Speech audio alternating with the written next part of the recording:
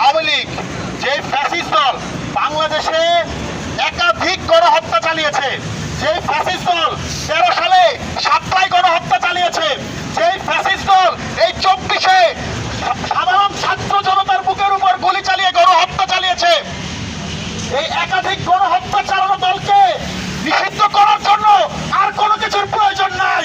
আমরা মনে করি যে 5 আগস্ট বাংলাদেশের ছাত্র জনতা শেখ হাসিনাকে বিদায় করার মাধ্যমে আওয়ামী লীগকে প্রত্যাখ্যান করেছে। অতএব সাধু সাবধান, ইন্টারিমকে আমরা সাবধান করে বলে দিতে চাই, আওয়ামী লীগকে ফেরত আনার কোন পরিকল্পনা যদি আপনারা করেন, ছাত্র জনতা কতটা ভয়ঙ্কর হতে পারে তা আপনারা এই 24-এ দেখেছেন। আমরা আমাদের সেনাবাহিনীকে স্পষ্ট করে বলে দিতে চাই, যদি ঢাকার বাইরের অন্য দেশের কোন প্রেসক্রিপশনে আপনারা চলতে চান, কোন এজেন্সির প্রেসক্রিপশনে আপনারা চলতে চান, আমরা আপনাদেরকে ছেড়ে কথা বলবো না। আমরা ভুলি নাই 19 জুলাই মোহাম্মদপুরে আপনারা কিভাবে আমাদের উপরে গুলি চালিয়েছেন, আমরা ভুলি নাই 3 আগস্ট আপনারা কিভাবে আমাদের উপরে গুলি চালিয়েছেন, আমরা ভুলি নাই ওয়াকার সাহেব কিভাবে 5 আগস্ট আপনি এই খুনি হাসিনাকে সেফ এক্সিট দিয়েছেন।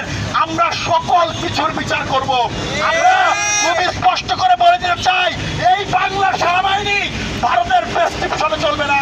যারা ভারতের প্রেসক্রিপশনে বাংলাদেশ সেনাবাহিনীকে চালাইতে চায়, তাদেরকেও আমরা খুনি হাসিনা যেই পথে গেছে সেই পথে পাঠাই দিব।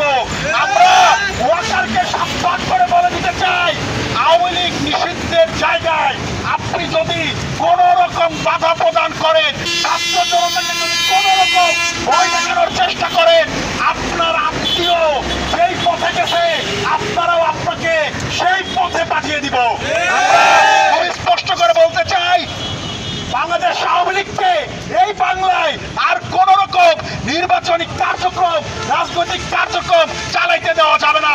অতি দ্রুত ইন্টারিমের প্রতি আমাদের আহ্বান থাকবে, অতি দ্রুত আওয়ামী লীগকে সম্পূর্ণরূপে নিষিদ্ধ করেন। ধন্যবাদ।